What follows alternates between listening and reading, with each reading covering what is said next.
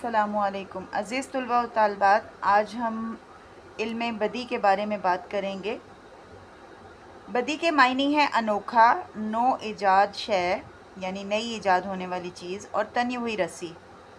इस्तिलाह के तौर पर बदी से मुराद वो इल्म है जिससे कलाम को और ज़्यादा असर आफरीन और दिलकश बनाया जा सके। इल्म बदी को इल्म मायनी भी कहते हैं। इसी तरह शायरी में मायनी आफरीनी, लताफ़त और तख्लीकी रिफ़त पैदा करने के लिए जो पैराया इजहार इख्तियार किया जाता है, इसे सनत कहते हैं। सनाए की दो बड़ी किस्में हैं, सनाए मानवी और सनाए लफ्ज़ी। सनाए मानवी से कलाम में मायने और सनाए लफ्ज़ी से कलाम के लफ्ज़ों में हुस्न और जमाल पैदा होता है।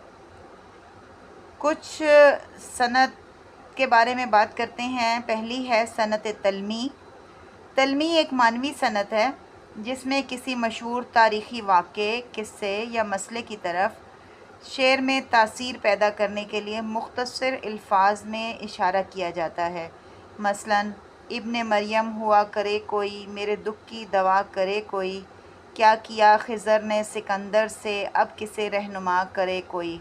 यहाँ इब्ने मरियम से मुराद हज़रत ईसा अलैहिस्सलाम हैं, जो बीमारों और मरीज़ों को तंदुरुस्त कर देते थे। तो इस हवाले से इसमें हज़रत ईसा अलैहिस्सलाम का ज़िक्र इशारे कनायों में किया गया है, तो ये सनत तलमी कहलाती है।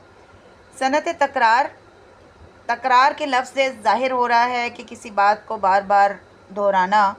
कलाम में एक लफ्ज़ या अल्फाज को तकरार के साथ या बार बार इस्तेमाल करना। मसलन, रोते रोते कौन सोया खाक पर, हंसते हंसते किसका झूला रह गया। अब यहाँ पे रोते रोते और हंसते हंसते लफ्ज़ दो दफ़ा इस्तेमाल हुआ है, ये सनत तकरार है।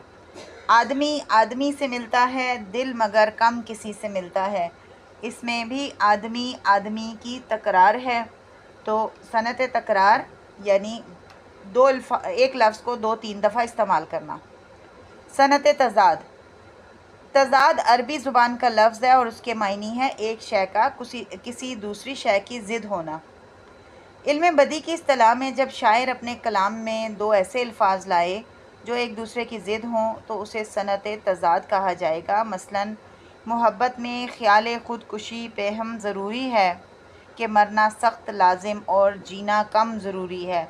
इस शेर में मरना और जीना दो लफ्ज़ ऐसे हैं जो एक दूसरे की ज़िद हैं। इस तरह इस शेर में सनत तज़ाद इस्तेमाल हुई है।